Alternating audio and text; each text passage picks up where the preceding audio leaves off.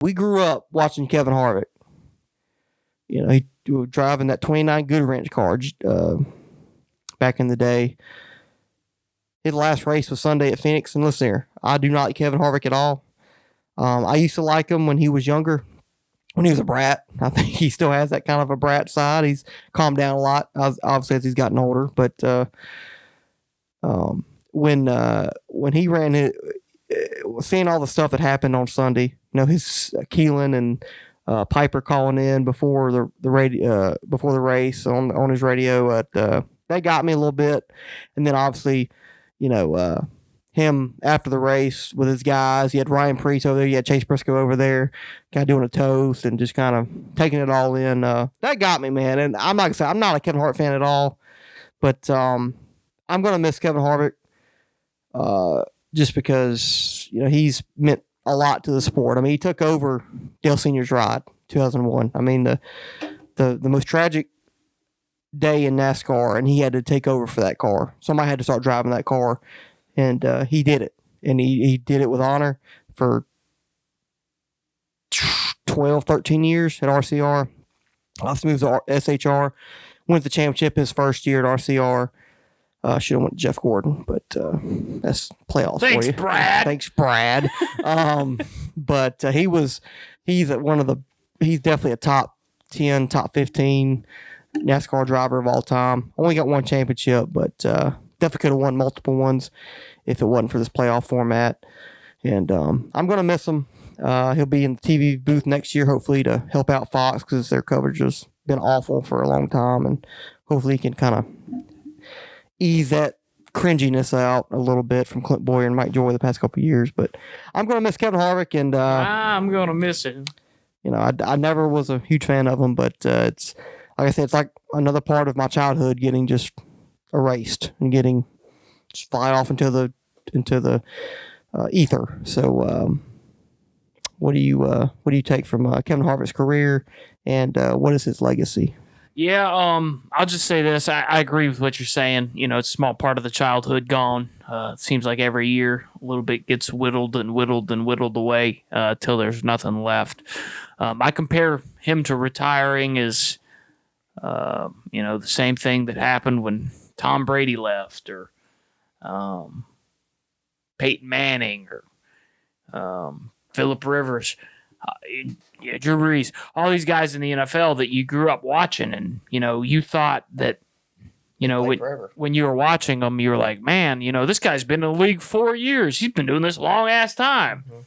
And then you watch him up until your adulthood, and now you look at the new guys, and you look at Patrick Mahomes, and he's in his 6th, 7th season, whatever it is, and you're like, this guy's still a fucking rookie. Like, He'll never be what Peyton was. He'll never be what Tom was. Even if you don't like Tom, he'll never be Tom, right?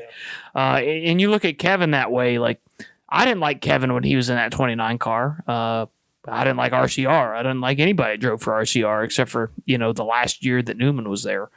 But Kevin Harvick's one of the greatest of all time. He's got, 60-something wins? 61? He's got a championship. Owned his own truck team, owned his own he owned his Xfinity team. Yeah, too. yeah, owned a Busch team at the time. Yeah, Busch. 29 Well, Reese's I think it was actually the what was it between Xfinity and I think he did Busch and then Nationwide. It was Busch and Nationwide, but I think he started when it was Busch because he drove his own car. That 29 Reese's car was his. It's sad to see him go. You don't want.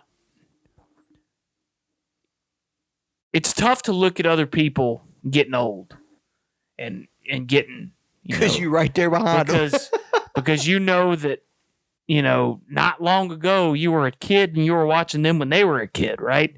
And now he's mid 40s and retiring with a kid that's 12, 13 years old coming up through the ranks. I think Hart's like 48. Yeah, I mean he's maybe not. He mid to late 40s, and you're not that far behind him, right? And time just moves fast, and sports are no different. And I think he's making the right decision. He's getting out, and he's going to help out his son and try to carve his legacy out.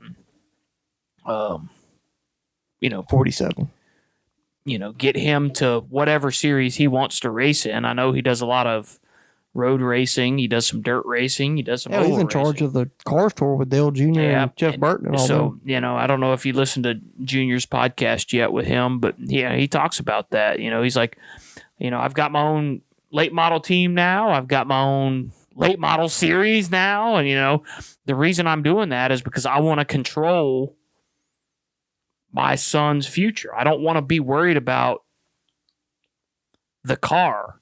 I want to know that the car is good, and I want to be able to put my son in it to make sure that he develops. I don't want to worry about the car. So that's his legacy.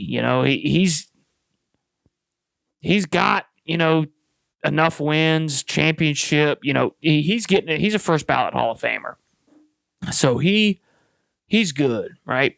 Kevin Harvick has supplanted his name in the NASCAR Hall of Fame. If he rode off into the sunset and we never heard of Harvick again, he's good. But he's building for the future. He's trying to pass on, and that's what I think is admirable of him. So he's going into the Fox booth, and he's gonna hopefully add some legitimacy to that Fox booth, and he's got his other ventures that he's doing with his late model stuff, and he's got his son coming along, and he wants to be involved in the driver committee and all that stuff. He wants to make NASCAR better, and I think he will. Though I was never a huge fan of his, I think he's great for the sport, and I think his legacy will be a good one. Yeah, he's definitely a Hall of Famer for sure. And like I said, I was, especially later on in his career, he kind of got in scuffles with Chase Elliott, obviously, and stuff like that. And I turned away from him, and there was a huge, especially past couple of years. Falls. Yeah, and but man, he's a hell of a driver, man. Can't argue that. I'm gonna miss him. This is gonna feel not gonna be right without Harvick in that 4-car, especially now next year that 4-car won't even have Busch Light on it. It'll have probably Bass Pro or something, or tire rack or something like that. Whatever they bring for Josh Berry, the Busch Light car will be in a Chevy again. It'll be old Ross Chastain, number 1 for the number 1 beer. Plug. That's a plug, Busch Light. But yeah, I'm gonna miss him, and he's definitely a Hall of Famer, first ballot for sure.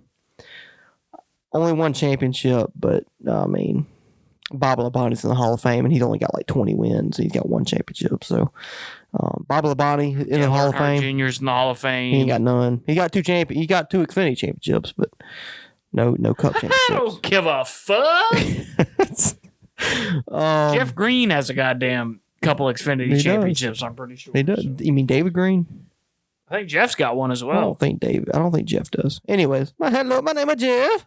I think Harvick's got 2 Xfinity championships too. I know he's got at least 1. He might only have 1. I can't quite remember, but I know he has at least 1. And what the hell are you doing? Sorry, Caleb Williams.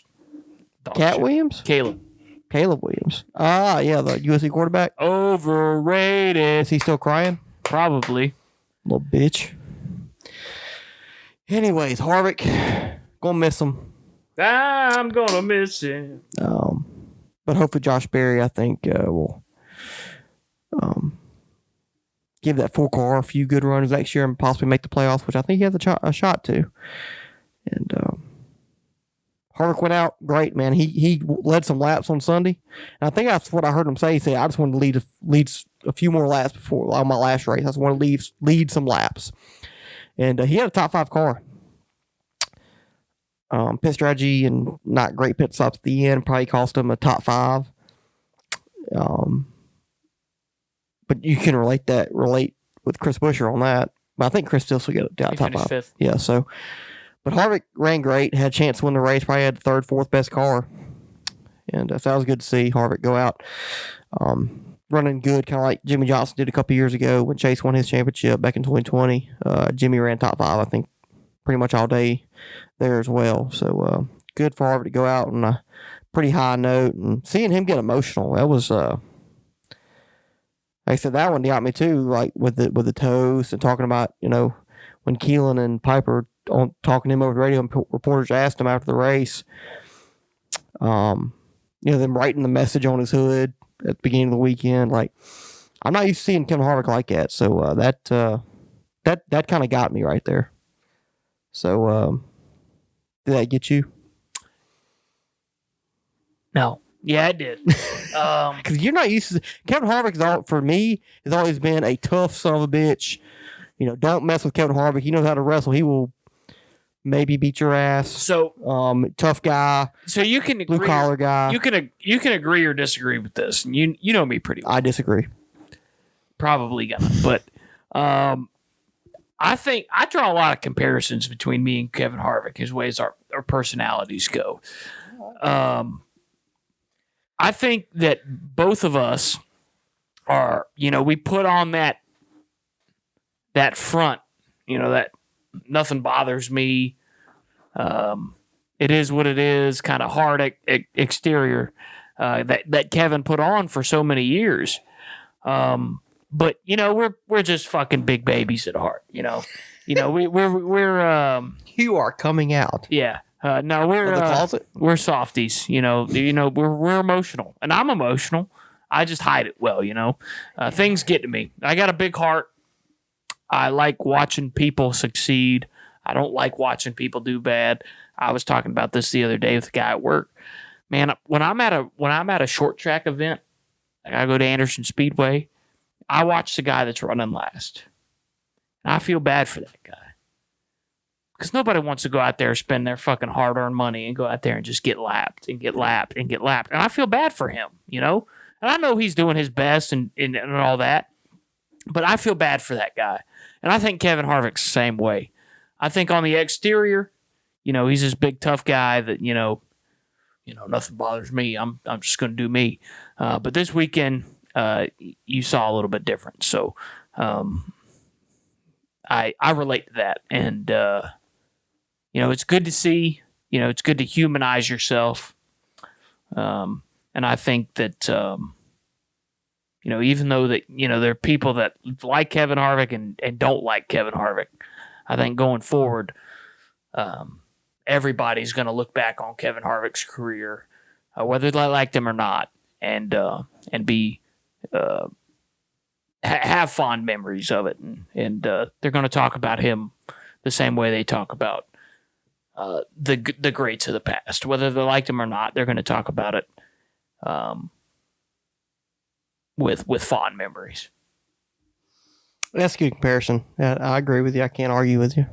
Although I really haven't seen much of your soft side, for me speaking. All right, now, fuck off. This is uncomfortable. Nah, but who's the driver that me and the NASCAR driver that relate to me? Jamie, baby. I would say Danica. What? I don't have a... I can't say that. You don't? I don't. You got me fooled. Mm. I'll think on it. I'll let you know. Oh, okay. Let me think about it. Yeah. But in the podcast, get back to me. Got you. I already got it. Well, tell me. You ain't got it. Exactly. BJ McLeod. Okay. Hell yeah, bro. You got that hat backwards. He killing that shit. I kill that shit. You think you're cool when you're not. Yeah. That's BJ McLeod. Can't argue with that. Facts. But, yeah, gonna miss Kevin Harvick. Wish him the best. Hopefully he improves the Fox broadcast booth because it can't get much worse.